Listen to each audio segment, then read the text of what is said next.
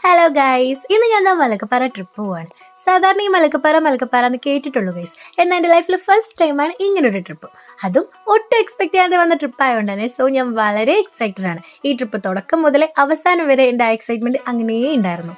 നിങ്ങൾക്കൊരു കാര്യം അറിയോ, എൻ്റെ ലൈഫിൽ ഫസ്റ്റ് ടൈമാണ് ഞാൻ ഇത്രയും ലോങ് ഡ്രൈവിൽ അതും ബൈക്കിലൊരു ട്രിപ്പ് പോകുന്നത്.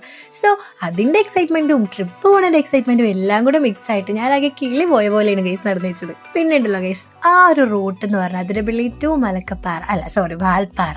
ഈ ഒരു റൂട്ട് എന്ന് പറഞ്ഞാൽ എൻ്റെ പൊന്നെ ഒരു രക്ഷയില്ല ഗൈസ്. അതും പോകേണ്ടത് കറക്റ്റ് ഈ ടൈമിൽ പോകണം. ഈ ഒരു മഴ സമയത്ത് പോയാലുള്ളൊരു വൈബ് ഉണ്ടല്ലോ ഗൈസ്, അതൊന്ന് വേറെ തന്നെയാണ്. ഫുള്ള് മഴയും തണുപ്പും മഞ്ഞും കോട വന്നിട്ടാണെങ്കിൽ നമുക്ക് പോകുന്ന റൂട്ടൊന്നും കാണാൻ പറ്റില്ല. അതിൻ്റെ ഒപ്പാണെങ്കിൽ നമ്മുടെ ആനയും കാട്ടാനൊക്കെ പറഞ്ഞ് കേട്ടിട്ടുള്ളൂ ഗൈസ്. എൻ്റെ ലൈഫിൽ ഫസ്റ്റ് ടൈമാണ് ഞാൻ കാട്ടാനേനെ പോലും ഇത്രയും അടുത്ത് വന്നിട്ട് ഞാൻ കാണുന്നത്. സോ എനിക്ക് എന്താ പറയുക, മൊത്തത്തിൽ എക്സൈറ്റഡ് ആയിട്ടും ആകെ വണ്ടടിച്ച് കിളി പോയ പോലത്തെ ഒരു ട്രിപ്പായിരുന്നു. ഭയങ്കരമായിട്ട് ഞാൻ എൻജോയ് ചെയ്ത് ഭയങ്കര റിലാക്സ്ഡ് ആയി. സത്യത്തിൽ മൈൻഡൊക്കെ അടിപൊളിയായിട്ടാണ് ഞാൻ തിരിച്ചു വന്നത്. സോ നിങ്ങൾ എന്തായാലും പോകണം. ലൈഫിൽ ഒരു പ്രാവശ്യമെങ്കിലും വിസിറ്റ് ചെയ്യേണ്ട ഒരു സ്ഥലമാണ് ഈ ഒരു റൂട്ട് എന്ന് പറഞ്ഞത്.